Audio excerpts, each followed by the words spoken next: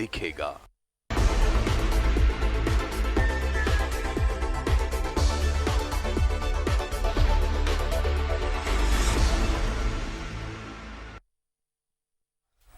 नमस्कार, न्यूज 11 भारत देख रहे हैं आप। आपके साथ मैं हूं अभिषेक भारती। बड़ा महत्वपूर्ण मुद्दा उठा रहे हैं आज हम। बहुत पढ़ने के बाद, झारखंड में हो रही घटनाओं को देखने के बाद फिर हम इस निष्कर्ष पर पहुंचे कि हमें इस मुद्दे को छूना चाहिए, इस मुद्दे पर बात करनी चाहिए। जब जब झारखंड में किसी जवान का खून बहता है, आईईडी ब्लास्ट होता है, तब तब झारखंडियों के दिल से एक आह निकलती है, दिल में एक हुक सी उठती है, लब बड़े धीरे से कहते हैं उफ, अब नहीं। जवानों का खून बहना बंद होना चाहिए। लेकिन फिर अचानक कुछ दिन बाद जब सब कुछ नॉर्मल होने लगता है, ऐसा लगता है कि ठीक हम पिछली खबर को भूल गए हैं, अचानक से फिर से खबर आती है कि फलाना जगह पर आईईडी धमाके में जवान घायल हो गया। न्यूज 11 भारत को भी यह खबर व्यथित कर रही है।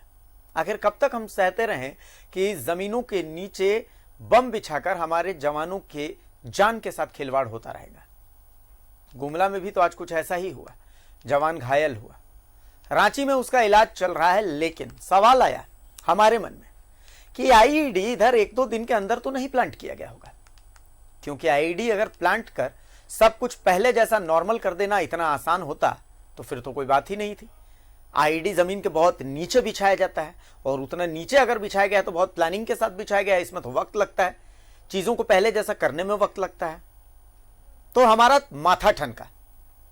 अब आप जब ध्यान से देखिएगा तो आप इस निष्कर्ष पर पहुंचिएगा, आपको पता चलेगा कि जहां नई नई सड़कें बन रही हैं, ज्यादातर आईईडी वहीं प्लांट होते हैं। बहुत सोचने के बाद, बहुत समझने के बाद, कई घटनाओं को स्टडी करने के बाद, एक रिसर्च के बाद हम एक निष्कर्ष पर पहुंचे। वो निष्कर्ष हमारा क्या कहता है, एक रिपोर्ट में हम उसे कंपाइल करके लेके आए हैं। आप उससे, हो सकता है कि आप उससे इत्तेफाक ना रखें, लेकिन अगर नक्सलवाद को कुचलना है, अगर इस लाल आतंक को कुचलना है, तो इस पर आपको ध्यान देना ही पड़ेगा। तो वो रिपोर्ट देखिए और उसके बाद आगे की बातचीत होगी। दिखाइए वो रिपोर्ट। में हुए आईईडी ब्लास्ट में एक जवान घायल। चैनपुर केरागनी जंगल में हुआ आईईडी विस्फोट। सर्च अभियान के दौरान हुआ विस्फोट। घायल जवान को हेलीकॉप्टर से लाया गया रांची। मेडिका में घायल जवान को किया गया शिफ्ट।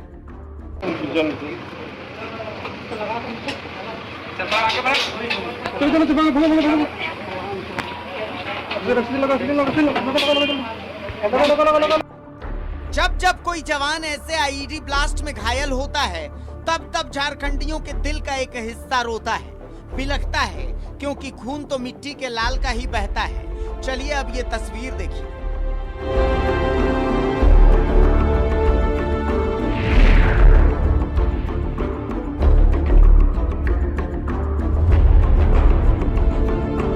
2:45 बजे जब वो टीम एक जंगल जो रोरेत गांव के ऊपर के जंगल में सर्च अभियान कर रही थी, तो एक जवान का पैर आईडी के नीचे आ गया, जिसमें वो ब्लास्ट में उसके दोनों पैर बुरी तरीके से जख्मी हो गए। उसको तुरंत हम लोग यहाँ सिविल में ला करके और हेलीकॉप्टर से एवोक्यूएट करके अभी रांची भेज दिया इलाज के लिए।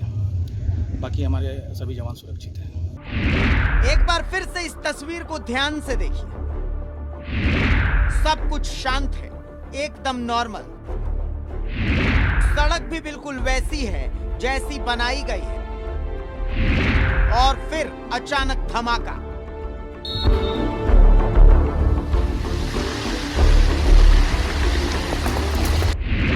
आखिर यहां बम आया कहां से? यहां बम लगाया कब गया?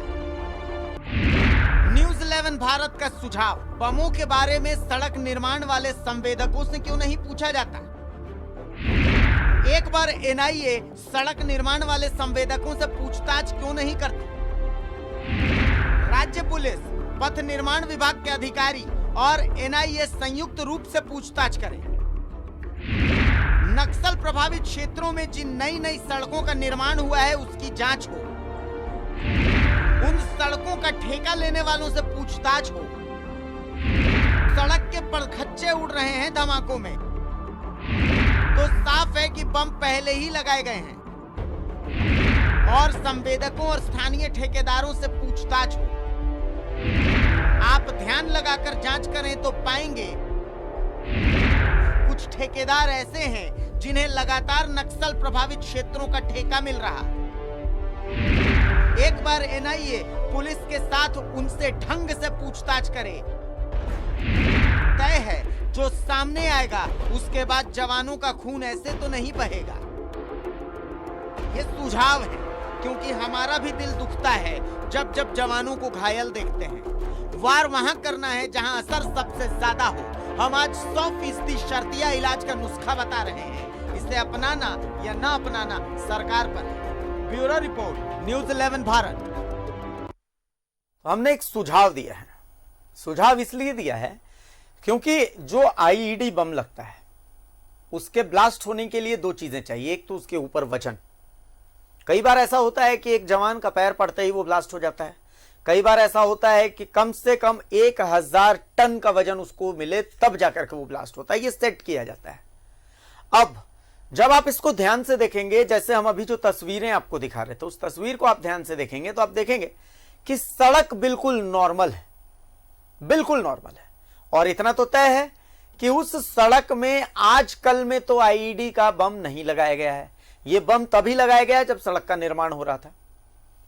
टेरर फंडिंग के बारे में तो आपने सुना है, लेकिन टेरर ब्लास्ट हम आपको दिखा रहे हैं। संवेदकों को डराकर, धमकाकर और आईईडी प्लांट किए जाते हैं इन सड़कों पर। अगर संवेदकों को, जो नक्सली क्षेत्रों में जो संवेदक काम कर रहे हैं, उनसे पूछताछ की जाए तो बहुत हद तक संभव है कि आपको कई ऐसी जगहों का पता चलेगा जहां पर आईईडी लगे हुए हैं। हमारे संपादक अनूप सोनू हमारे साथ जुड़े हुए हैं, सहयोगी इमरान हमारे साथ जुड़े हुए हैं। सबसे पहले मैं संपादक का रुख करता हूं। अनूप जी, बहुत बड़ा मुद्दा उठाया है आज हमने, और इस मुद्दे को बहुत तह तक अगर देखिएगा, बहुत तह तक अगर समझिएगा तो एक बात साफ होती है कि आईईडी के धमाके मैक्सिमम उन जगहों पर हो रहे हैं जहां पर सड़कें नई नई बनी हैं। हम चक्रधरपुर की तस्वीरें दिखा रहे थे, उन तस्वीरों में साफ है कि सब कुछ नॉर्मल है, सड़क बिल्कुल उस तरह की है जिस तरह की सड़क होनी चाहिए, और अचानक से सड़क के परखच्चे उड़ जाते हैं। आईईडी बम कम से कम 10 फुट नीचे लगता है, कम से कम 10 फुट नीचे, और उससे ज्यादा भी लग सकता है।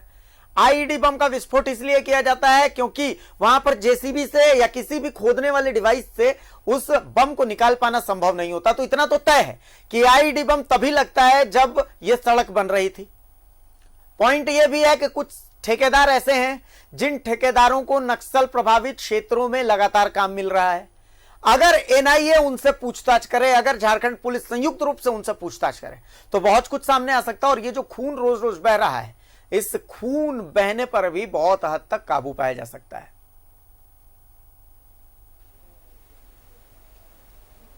बिल्कुल अभिषेक, देखिए आपने सबसे पहले कहा कि हमने आज बहुत बड़ा मुद्दा उठाया। मैं कहूंगा कि कठिन मुद्दा उठाया है, लेकिन इस कठिन मुद्दे का स्रोत अगर उसकी मंजिल तक पहुंच जाए तो आप समझ लीजिए कि बहुत आसान उपाय या आसान इलाज एक हद तक लाल आतंक का हमारी सरकार कर सकेगी, या हमारा पुलिस महकमा कर सकेगा, हमारी सुरक्षा एजेंसियां कर सकेंगी। इसको इस तरीके से समझने की जरूरत है। आपने देखा लगातार पिछले महीने कई एक ऐसी जगहों पर जो लैंड माइन्स ब्लास्ट हुए, उसकी तासीर देखिए, उसका स्वरूप देखिए, उसके ब्लास्ट करने की और उसको प्लांट करने में अगर कुछ कॉमन आप ढूंढने की कोशिश कीजिएगा तो वो ये एक रहा है कि जब उसे ब्लास्ट किया गया, चाहे हमारे जवानों ने डिफ्यूज किया तब ब्लास्ट हुआ, या फिर आज गुमला में जो स्वतः ब्लास्ट हुआ, वो उसमें एक कॉमन क्या है कि सड़क के ठीक नीचे उसको प्लांट किया गया है। ठीक नीचे मीन्स की गहराई अगर देखिएगा कि सड़क जो पीसीसी है, पीसीसी के नीचे मिट्टी होती है, यूं कह ले कि सड़क की जड़ में उसको प्लांट किया गया है। तो आप जरा ये सोचिए कि जब ब्लास्ट होता है तो मुझे लगता है कि 10 से 15 मीटर तक की सड़क बिल्कुल हवा में उड़ जा रही है। मतलब वो सड़क की जड़ में प्लांट किया गया है, और सड़क की जड़ में तब हम प्लांट कर पाएंगे जब सड़क का निर्माण हो रहा हो। तो हमारा आग्रह सिर्फ यही है, हम एक पॉइंट पर पहुंचने की कोशिश कर रहे हैं। देखिए, हम भी समाज के हिस्से हैं, हम भी इस राज्य के हिस्से हैं, और हमें दर्जा दिया गया है लोकतंत्र के चौथे स्तंभ का, तो हम अपने दायित्व का निर्वहन कर रहे हैं। हमें लगा, हमने जब रिसर्च किया, हमने इन ब्लास्ट के और आईईडी प्लांटेशन के पहलुओं को गौर से देखा, समझने की कोशिश की, क्योंकि चिंता हमारी भी है, सिर्फ सुरक्षा एजेंसियों की चिंता नहीं है, जनता की चिंता सबको करनी चाहिए जो भी सार्वजनिक क्षेत्र में सेवाएं दे रहा है।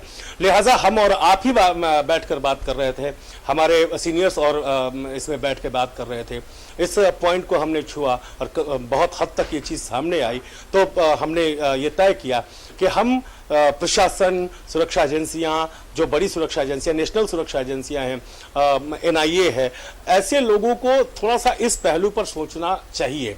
हमारा मकसद ही है इस स्टोरी को दिखाने का कि हम उस ओर इन लोगों का ध्यान आकृष्ट करा सके, ताकि अगर ये लोग गहराई से तफ्तीश कर सके, छानबीन कर सके, क्योंकि कुछ हमारा दायरा सीमित है और दायरे से बाहर जो बड़ा दायरा है वो सुरक्षा एजेंसियों के हाथ में है, वो अधिकार उनके हाथ में है।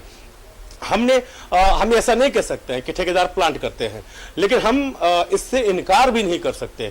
इस पॉइंट की जांच होनी चाहिए, क्योंकि सुदूरवर्ती इलाकों में जब निर्माण हो रहा होता है, खास करके नक्सल प्रभावित क्षेत्रों में जहां पर प्रशासन जाने से कतराता है, वहां निर्माण हो रहा होता है, तो गुणवत्ता तो दूर की बात है, किस तरीके से बन रहा है, क्या बन रहा है, इसे देखने वाला कोई नहीं होता है।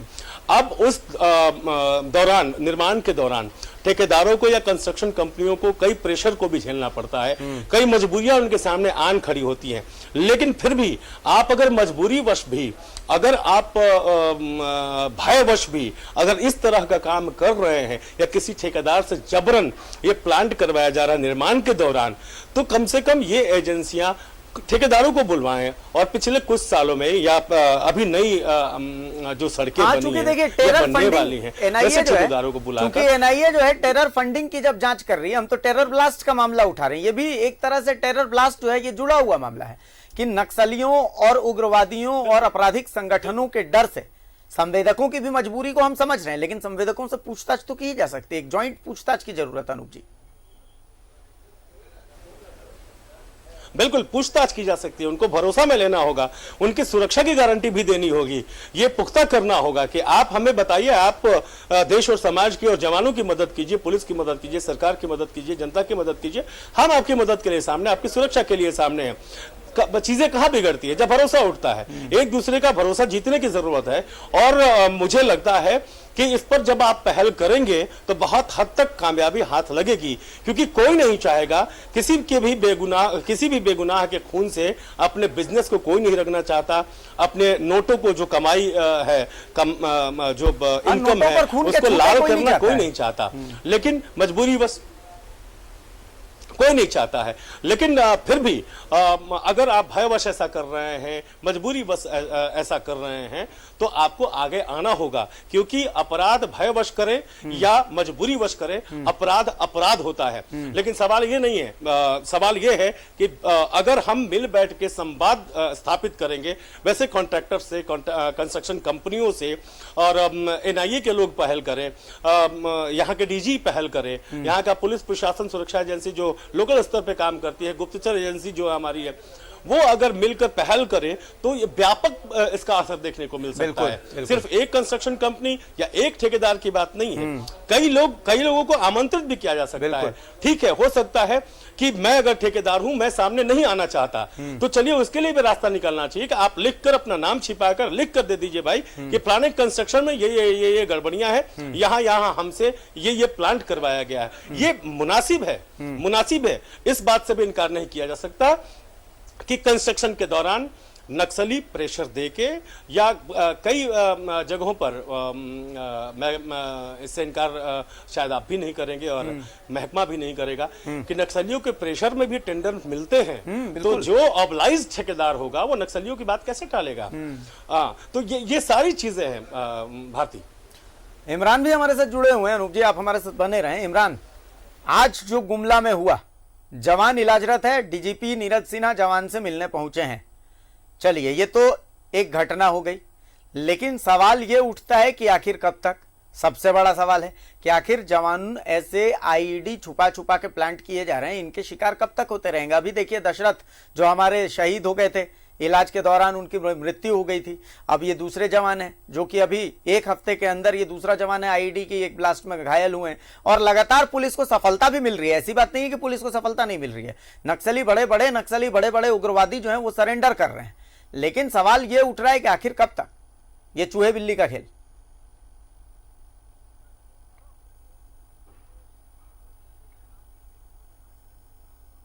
हम बात करें तो झारखंड में आईईडी के जो ब्लास्ट की जो घटनाएं हैं वो काफी हुई है। कुछ आईईडी ब्लास्ट होने से पहले झारखंड पुलिस के जो जवान हैं, जो लोग हैं, उन्होंने उसे निष्कर्ष किया, उसको डिफ्यूज किया एक तरह से कहें तो।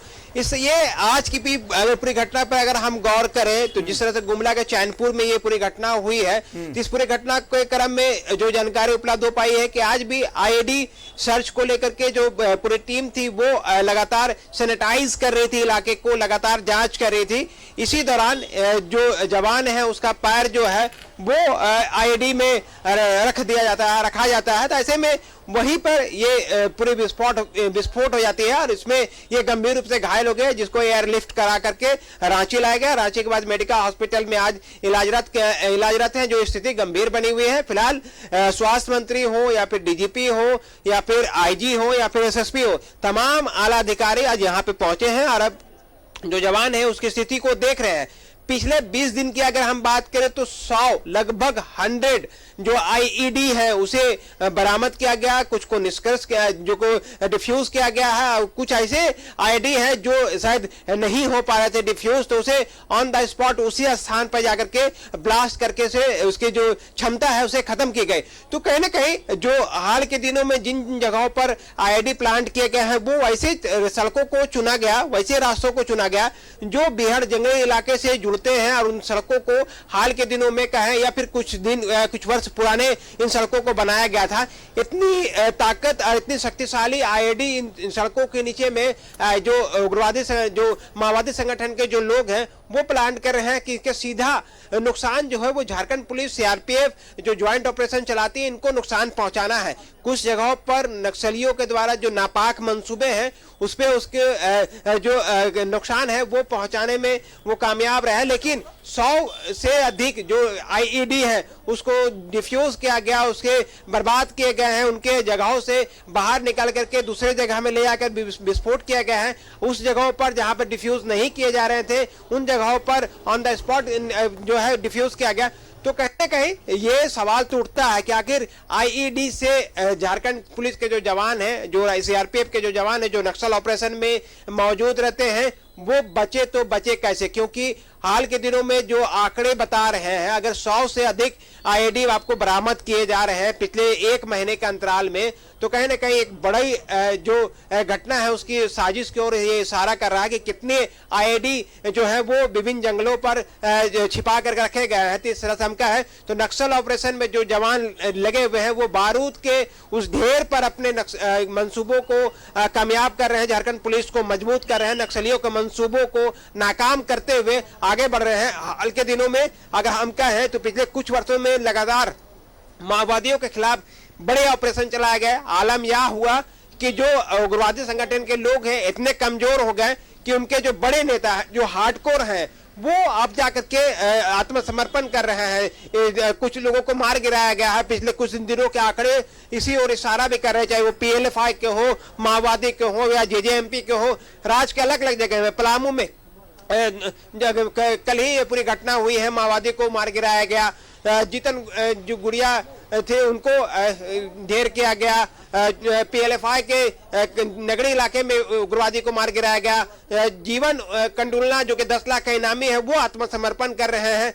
तो कहीं ना कहीं हाल के दिनों में ये सारी चीजें नक्सली संगठन और उग्रवादी संगठन के लोगों को भी ये मालूम है कि झारखंड पुलिस ने जो रेखा खींची है, जो ऑपरेशन की रूपरेखा तैयार की है, उसमें उसको 2 रास्ते में से एक रास्ते को चुनना है। या तो मुख्य धारा से जुड़ करके अपनी जीविका को सरकार के समक्ष आत्मसमर्पण करने के बाद आगे बढ़ाए, नहीं तो फिर नक्सल ऑपरेशन और दूसरे इनकाउंटर्स में ये सारे जो बड़े उग्रवादी हैं या फिर नक्सली संगठन के जो लोग हैं उसे मार गिराए जाएंगे। हाल के दिनों में ये आंकड़े सामने आए हैं, लेकिन अब झारखंड पुलिस के लिए एक चैलेंज के रूप में सामने देखने को मिल रहा है, जहां पर अगर चाईबासा का है, पश्चिम सिंहभूम का है, लोहरदगा का है, गुमला का है, इन तमाम जगहों पर जो उग्रवादी संगठन के लोग थे, जो नक्सल संगठन के लोग हैं, वो बड़े पैमाने पर अब आईईडी का इस्तेमाल कर रहे हैं। जो पूर्व में कुछ वर्षों तक देखा गया था कि ये लगातार जब इस्तेमाल कर रहे थे तो कहीं ना कहीं इस पर नकेल कसा गया था। और अब जब नक्सल ऑपरेशन जैसे जैसे तेज किए जा रहे हैं, ये जो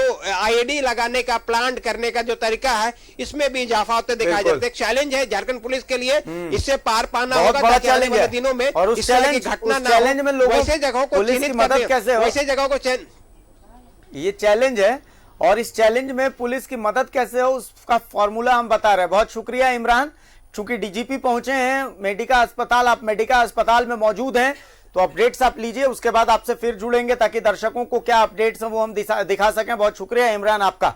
संपादक साहब के पास मैं चलूंगा। अनूप जी, बहुत महत्वपूर्ण बात कही इमरान ने कि नक्सली नाम का ये जो नक्सलवाद नाम का ये जो नाग है, इस नाग का फन कुचलना बहुत जरूरी है और इस फन को कुचलने के लिए पहला वार कहां से हो सकता है, ये फॉर्मूला हम बता रहे हैं, अचूक फॉर्मूला हम बता रहे हैं।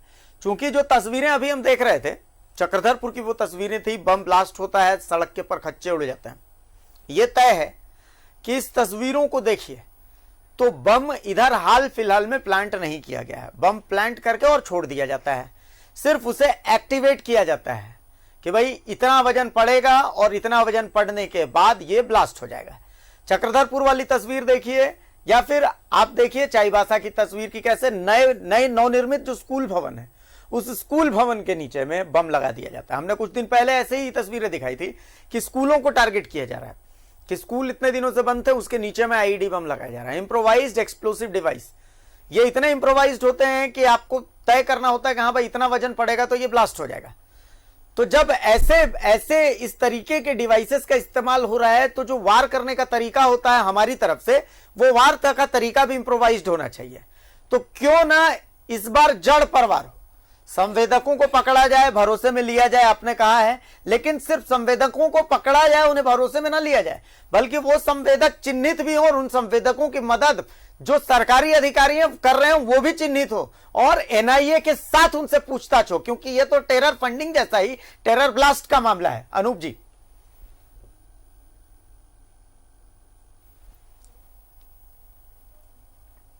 तो अनूप जी से हम एक बार फिर से जुड़ेंगे, मेरी आवाज उन तक नहीं पहुंच पा रही थी।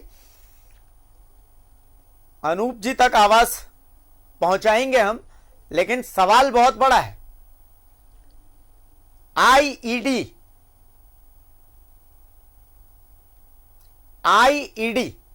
इस आईईडी का समाधान तो होना ही चाहिए, बहुत जरूरी है कि इस आईईडी का समाधान होना चाहिए। एक बार फिर से हमारे संपादक अनूप जी हमारे साथ जुड़ चुके हैं। अनूप जी देखिए, वार सीधा जड़ पर होना चाहिए, चूंकि जड़ पर वार हो और पक्का वार हो। हम पक्के वार की बात कर रहे हैं। सिर्फ संवेदकों को, चूंकि आपने जैसा बताया कि संवेदकों को चिन्हित किया जाए, उन्हें भरोसे में लिया जाए, लेकिन काम यहीं खत्म नहीं होगा। मैं तो कहता हूं कि संवेदकों को चिन्हित कीजिए कि किन संवेदकों को प्रायोरिटी मिल रही है नक्सली क्षेत्रों में, वैसे संवेदकों से पूछताछ तो हुई और वैसे संवेदकों की मदद पथ निर्माण विभाग के जो अधिकारी कर रहे हैं उनको भी चिन्हित किया जाए, क्योंकि वो भी तो दोषी हैं, वो कम दोषी नहीं है। अनूप जी, बिल्कुल, जिस नाग का जिक्र इमरान ने किया था कि इस नाग के फन को कुचलना होगा, तो सबसे बड़ी बात यह है कि इस नाग को ऊर्जा कहां से मिल रही है, इस नाग को आहार कहां से मिल रहा है। तो जितने जगहों को आपने इंगित किया, जाहिर तौर पर इस नाग को वहीं से ऊर्जा मिल रही है या वहीं से उसको बल मिल रहा है, वहीं से ताकत मिल रही है। ये सिर्फ हमारा काम ये था कि आप इस पॉइंट को भी देखें। कहीं ब्लास्ट होता है, पुलिस वहां पहुंचती है, तो आसपास के थाने से, आसपास के ग्रामीणों से, अगर कोई वहां पर घर हो या कुछ लोग हो या खेत में किसान काम कर रहे हो, उनसे पूछताछ होती है फौरी तौर पर। लेकिन हम जनाब यहां नहीं जा रहे, हम इसके अंदर घुसने की कोशिश कर रहे हैं कि वैसी नौबत ही नहीं आए। जड़ में जाकर देखिए कि अगर यकायक अगर एक बार फिर से लाल आतंक ने अपना फन निकाला है तो किस तरीके से, किस रूप में निकाला है, उनकी अब की रणनीति क्या है। तो ये जो आईडी प्लांट किए जा रहे हैं, और अगर हम जो शुबा पाल के बैठे हैं, हम जो शंका जाहिर कर रहे हैं, वो शंका जांच के बाद अगर सही निकलती है, हम पूरी तरीके से दावा नहीं कर सकते। इसलिए नहीं कर सकते क्योंकि हालांकि न्यूज़ 11 की हर खबर सच्चाई की चादर ओढ़े होती है और उस पर मुहर लगता ही लगता है, लेकिन फिर भी आधिकारिक तौर पर वो अधिकारी इसकी पुष्टि करेंगे जो जांच करेंगे। लेकिन हमारा कहना यह है कि आप जांच कीजिए और जांच करने के बाद आप ये पता कीजिए कि भाई आखिर ये जो पर्टिकुलर कॉन्ट्रैक्टर है इसको टेंडर आसानी से कैसे मिल रहा है, इसको टेंडर किसने दिलवाया, इसके पीछे कौन है। ये एक एक टेंडर्स को जब आप खंगालेंगे, खास करके नक्सल प्रभावित इलाकों के टेंडर्स को या कॉन्ट्रैक्टर्स को, तो आप तस्वीरें कुल मिलाजुला कर साफ हो जाएंगी बात हो जाएंगी। और सबसे बड़ी बात अगर ये है तो ये बहुत बड़ा खतरा है। नक्सलियों ने अपना ट्रेंड बदला है, अपना तरीका बदला है और शायद कॉन्ट्रैक्टर्स को शामिल करना भी नए तरीके का ही एक हिस्सा है। हमें यही रोकना होगा इसे। शायद जिस तरीके से पूर्ववर्ती सरकारों ने या मौजूदा सरकार ने जिस तरीके से नक्सलवादियों के खिलाफ या उग्रवादियों के खिलाफ मुहिम छेड़ी है, कई मामलों में हमें हमारे जवानों को सफलता मिल रही है। हमने अपनी खबरों के माध्यम से दिखाया है। तो दृढ़ इच्छा शक्ति की वजह से ही ऐसा हो पा रहा है। और हमारा मकसद क्या है? हमारा मकसद है कि हम भी इस अभियान में सकारात्मक भूमिका निभाएं और इसीलिए हम चाह रहे हैं कि हमारे जहन में जो सवालात आए हैं उन सवालातों के अगर जवाब टटोले जाएं या जवाब मिल जाते हैं तो बहुत हद तक समस्या पर लगाम लगेगी। चलिए, बहुत शुक्रिया अनूप जी आपका। बहुत महत्वपूर्ण मुद्दा उठाया हमने। अब इस मुद्दे से क्या निकल करके आता है, कितनी मदद लेती है इस सुझाव का पुलिस, सीआरपीएफ, एनआईए, ये तो देखना है, ये उनके ऊपर है। हमारे मन में जो सवाल था उन सवालों को हमने यहाँ पर दाग दिया है। हमारे पास जो सुझाव थे उन सुझावों को हमने दिखा दिया है। अब इसे मानना ना मानना ये तो आप सरकार और प्रशासन का क्षेत्राधिकार है।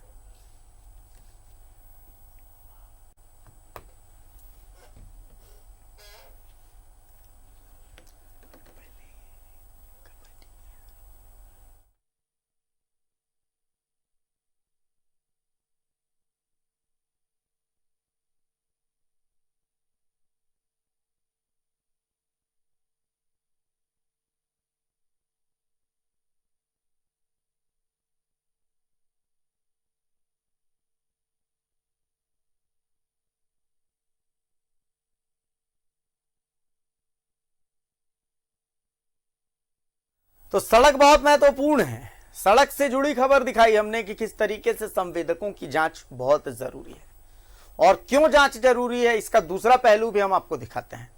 खबर सिमडेगा की है, लेकिन यह खबर पूरे झारखंड से जुड़ी हुई है। सड़क विकास को रफ्तार देती है, ये तो हर कोई जानता है, लेकिन सिमडेगा के कसडेगा से पतराटोली तक बन रही सड़क विकास नहीं बल्कि सड़क बनाने वाले संवेदक का ही विकास कर रही है, वो भी आर्थिक। ऐसा क्यों कह रहे हैं हम, इसे समझने के लिए देखिए रिपोर्ट। ग्रामीण सड़क योजना के तहत सिमडेगा के कसडेगा से पतराटोली तक 1.5 किलोमीटर तक की सड़क बनाई जा रही है, लेकिन यहाँ तो सड़क के नाम पर संवेदक ने लूट मचा रखी है। आप खुद देख सकते हैं किस तरह मिट्टी के ऊपर ही कालीकरण कर दिया जा रहा है। ये ऐसी सड़क बन रही है जिस पर पैदल चलने से सड़क उखड़ जाए। ग्रामीणों ने इसका जमकर विरोध किया तो उन्हें भी संवेदक ने पट्टी पढ़ाकर काम खत्म करने की कोशिश शुरू कर दी। इसका गुणवत्ता को हम लोग देखे तो हम लोग मना किए कि जब तक जय साहब या इंजीनियर साहब कोई नहीं आ जाते हैं तब तक रोड बंद कीजिए और उन्हीं के देख रेख में ये काम होगा। लेकिन हम लोग का बात को नहीं माने और कहे कि हम लोग को ऊपर से आदेश है ये काम करने के लिए, ऐसे ही बनाने के लिए। ग्रामीणों के विरोध पर क्वालिटी कंट्रोल वाले भी इसकी जांच के लिए पहुंचे। उन्होंने जगह जगह सड़क खोदकर जांच की। उन्होंने भी यही कहा कि काम तो सही नहीं चल रहा है। जांच हो रही है, जांच में जो रिपोर्ट आएगा मुख्यालय को भेजा जाएगा। क्लियर किया गया है। उसके बाद इसके ऊपर ब्लैक टॉप चढ़ा रहा है तो क्या है गलती नहीं? अभी तो ब्लैक टॉप मिला नहीं है, अब आगे होगा, आगे देखेंगे, वहाँ पर देखें क्या स्थिति है। कांग्रेस नेता भी ग्रामीणों के विरोध के बाद विभाग को शिकायत करने पहुंचे थे। जांच के दौरान वो भी मौजूद थे। उन्होंने भी कहा कि सुधार नहीं हुआ तो वो आगे भी इस मामले में हस्तक्षेप करेंगे। कंप्लेन किया था, आज जो है कि जांच कमेटी की टीम आई और यहाँ पर बहुत सारी कमियों को पकड़ा और यहाँ पर अब आगे देखा जाए कि विभाग इस पर क्या कार्रवाई करती है। भ्रष्टाचार एक ऐसी दीमक है जो धीरे धीरे झारखंड की जड़ों को खोखला करने में जुटी है। अगर लोग जागरूक हो जाएं तो ऐसा कोई कारण नहीं कि इस दीमक को वहीं के वहीं ढेर किया जा सकता है। सिमडेगा से न्यूज 11 भारत के लिए आशीष शास्त्री की रिपोर्ट। और एक छोटे से ब्रेक के लिए रुकते हैं। ब्रेक के बाद वापस आएंगे तो छुट्टी के नाम पर कैसे ठगी हुई है, नटवरलाल कंपनी की ये ठगी दिखाएंगे आपको। एक ब्रेक लेते हैं छोटा सा।